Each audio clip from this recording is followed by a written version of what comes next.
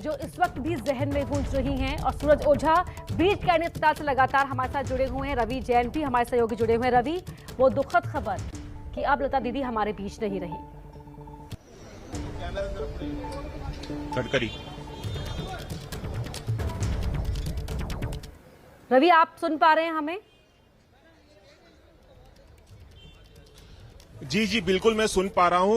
अभी अभी नितिन गडकरी जो अस्पताल पहुंचे हैं, उन्होंने ये ट्वीट किया है कि देश की शान और संगीत जगत की सिरमौर स्वर कोकिला भारत रत्न लता मंगेशकर जी का निधन बहुत ही दुखद है। पुण्यात्मा को मेरी भावभीनी श्रद्धांजलि। उनका जाना देश के लिए अपूर्णीय क्षति है। वे सभी संगीत साधकों के लिए सदैव प्रेरणा थी। यानी ऑफिशियल कंफर्मेशन अब आ गया है। खुद नितिन गडकरी जो कि केंद्रीय मंत्री हैं, वो खुद अस्पताल अभी 10 मिनट पहले अंदर गए हैं और अभी 2 मिनट पहले उन्होंने ट्वीट करके इस बात की पुष्टि की कि स्वर कोकिला लता मंगेशकर जो कि 92 साल की हैं और पिछले 4 हफ्तों से यानी कि 8 और 9 तारीख की जनवरी की दरमियानी रात से जो अस्पताल में भर्ती है, कोरोना पॉजिटिव होने के बाद से भर्ती थी, उनका निधन हो गया है। कुछ ही देर पहले शिवसेना के बहुत बड़े नेता संजय राउत ने ये जानकारी दी थी ट्वीट के जरिए कि एक युग समाप्त हो गया है।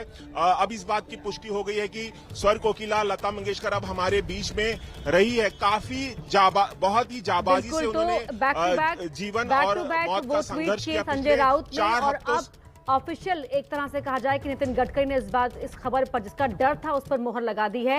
हमारे सहयोगी प्रणय भी हमारे साथ लगातार जुड़े हुए हैं। प्रणय, आपका मैं रुख करूंगी, लेकिन उससे पहले मैं सूरज आपका रुख कर लेती हूँ। नितिन गडकरी अंदर पहुंचे, उसके बाद ये ट्वीट करते हैं कि लता दी अब हमारे बीच नहीं रही। सूरज जी बिल्कुल, आपको बता दूं कि नितिन गडकरी से पहले यहाँ पर मंगल प्रभात लोढ़ा भी आए थे, जो कि बीजेपी के मुंबई प्रेसिडेंट हैं। और वो यहाँ पर आने के बाद उनकी जो बातों में जो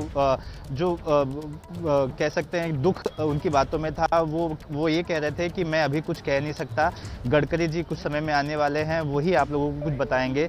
तो ऐसा लग रहा था कि कुछ समय पहले ही इन्हें इस बात का आभास था कि ये दुखद खबर आने वाली है। इस वजह से ये नितिन गडकरी जी का इंतज़ार कर रहे थे। वो आए, उन्होंने डॉक्टरों से अपडेट ली, इस बारे में समझा और फिर उन्होंने एक आधिकारिक रूप से अपना बयान जारी किया, ट्वीट कर कहा कि जिन्हें हम कई दशकों से सुन रहे थे, करीब 30,000 गाने जिन्होंने गाए, 10,000 से ज़्यादा पिक्चरों में जिन्होंने गाना गाया, मतलब हर कोई सुख में उस गाने को प्ले करता था, गुनगुनाता था।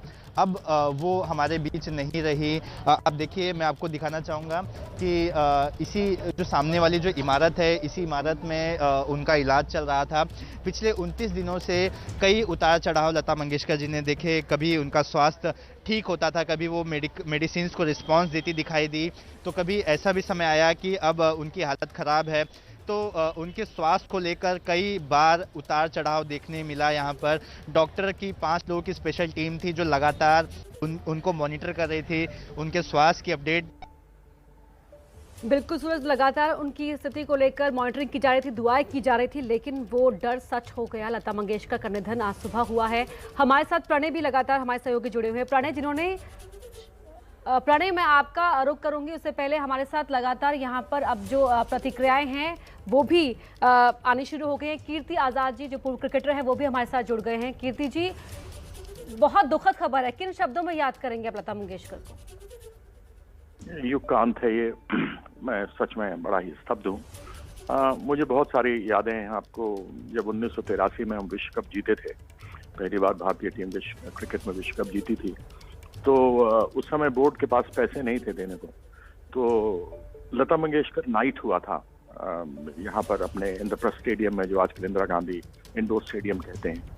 और वहाँ कार्यक्रम हुआ, उसके एक रात पहले रिहर्सल के लिए पूरी टीम इकट्ठी थी और उसमें उन्होंने सबसे बुला करके पूछा कि आपका सबसे पसंदीदा गाना कौन सा है, बताइए, वो मैं गाऊंगी। वो खुद क्रिकेट को बहुत प्यार करती थी, क्रिकेटर से बहुत लगाव था उसका।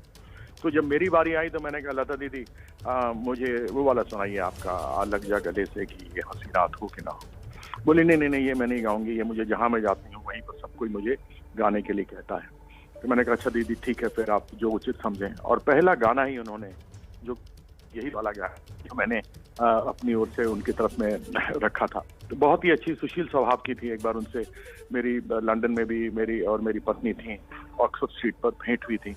वो पूछने लगी कैसे हो, मतलब बहुत ही इतनी सरल स्वभाव की, इतनी मशहूर, इतनी नामी, इतने मतलब दुनिया भर में उनके करोड़ों कितने चाहने वाले थे, लेकिन वो मिलती ऐसे सादगी से और अच्छी सी थी, ऐसा लगता था जैसे मातृ प्रेम उनमें से निकलता। तो आज वो चली गई हैं तो सच में मेरे आंखों में आंसू हैं और बहुत ही भावुक हूँ। दीदी को भगवान अपने श्री चरणों में स्थान दे, मैं यही प्रार्थना कर सकता हूँ।